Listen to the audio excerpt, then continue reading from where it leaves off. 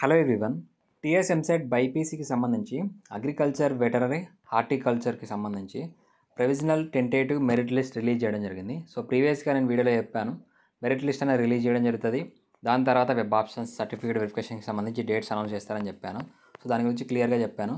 So ఇందులో ఈ merit list అంటే ఏంటి, ఇందులో మీరు చెక్ చేసుకోవాల్సిన ఇన్ఫర్మేషన్ ఏంటి, దీని తర్వాత నెక్స్ట్ ప్రాసెస్ ఏంటి అనేది ఎక్స్ప్లెయిన్ చేస్తాను. చాలామంది స్టూడెంట్స్కి నోటిఫికేషన్స్ రావట్లేదని సో వాట్సాప్లో కానీ కామెంట్ చేస్తూ ఉన్నారు. సో ఇక్కడ చాలామందికి లేట్గా నోటిఫికేషన్స్ వెళ్తూ ఉన్నాయి. వీలైతే మీ ఫ్రెండ్స్ గ్రూప్స్కి, వాట్సాప్ గ్రూప్స్కి కానీ, టెలిగ్రామ్ గ్రూప్స్ కానీ షేర్ చేయండి. అలాగే ఫస్ట్ టైం ఛానల్ చూస్తున్న వాళ్ళు సబ్స్క్రైబ్ చేసుకోండి.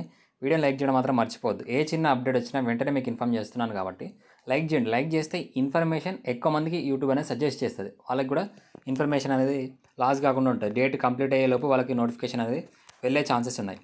సో ఇక్కడ డీటెయిల్స్లోకి వెళ్తే ఇక్కడ మనకి ఈ మెరిట్ లిస్ట్లో ఎంతమంది స్టూడెంట్స్ అప్లికేషన్ చేసుకున్నారు, అప్లికేషన్ చేసుకున్న వాళ్ళకి ఏమేమి సర్టిఫికేట్స్ అప్లోడ్ చేశారు, అవి ఏమేమి అప్లికేబుల్ ఉన్నాయనేది ఇక్కడ డీటెయిల్స్ అనేది ఇవ్వడం జరిగింది. సో ఇందులో ఏమైనా అబ్జెక్షన్స్ ఉంటే, ఏమైనా సర్టిఫికేట్ అప్డేట్ కాలేదు, దానికి సంబంధించి నేను కంప్లైంట్ చేయాలనుకుంటున్నాను అనుకుంటే దీనికి సంబంధించి ఒక పర్టికులర్ మెయిల్ ఐడి కూడా ఇవ్వడం జరిగింది. సో ఇక్కడ admissions.pjtsau@gmail.com. సో కంబైన్గా మొత్తం స్పేస్ లేకుండా ఈమెయిల్ అనేది టైప్ చేయాల్సి ఉంటుంది.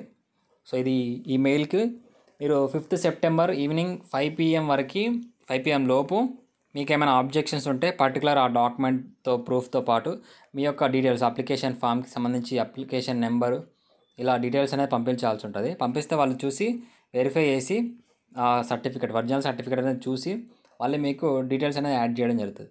సో ఇక్కడ చూసుకోండి, ఫస్ట్ సపోజ్ ఇక్కడ క్యాండిడేట్కి సంబంధించి జెండర్ కానీ, క్యాస్ట్ కానీ, అలాగే ఈడబ్ల్యూఎస్ ఉంటే ఈడబ్ల్యూఎస్, అనెక్జర్ 1, అనెక్జర్ 2 అంటే ఫార్మర్ కోటాకి సంబంధించి ఫామ్ 1, ఫామ్ 2 అనమాట. ఏ ఏరియా, సో ఏరియా అన్రిజర్వ్డ్ అని వచ్చిందా, ఎల్ అని వచ్చిందా. తెలంగాణ స్టూడెంట్స్ ఎవరైతే తెలంగాణలో చదివిన వాళ్ళు ఉన్నారో వాళ్ళకి మ్యాక్సిమం ఎల్ అని వస్తుంది, లోకల్ అని అనమాట. యూఆర్ అంటే అన్రిజర్వ్డ్ కోటా, 15% సీట్స్కి ఎలిజిబుల్ అవుతారు అనమాట.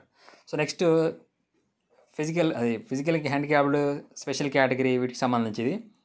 సో అవి కూడా ఉన్నాయా లేదా చెక్ చేసుకోండి. ఒకవేళ ప్రాబ్లం అయినా ఉంటే దానికి సంబంధించి పర్టికులర్గా మీరు డాక్యుమెంట్ అనేది సబ్మిట్ చేయాల్సి ఉంటుంది. ఓవరాల్గా 152 పేజెస్ అయితే ఉంది ఇది.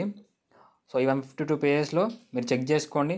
డైరెక్ట్గా చెక్ చేసుకోవాలనుకుంటే ఇక్కడ మీకు పీడిఎఫ్ ఓపెన్ చేసిన తర్వాత పైన సెర్చ్ బాక్స్ ఉంటుంది. పైన సెర్చ్ బాక్స్లో మీ నేమ్ ఎంటర్ చేసినా కానీ మీకు సంబంధించి డీటెయిల్స్ అయితే వస్తాయి. లేదా ఇక్కడ hall ticket, registered hall ticket ఉంది కదా, so registered hall ticket number లేదా అప్లికేషన్ నెంబర్ అని ఉంటుంది.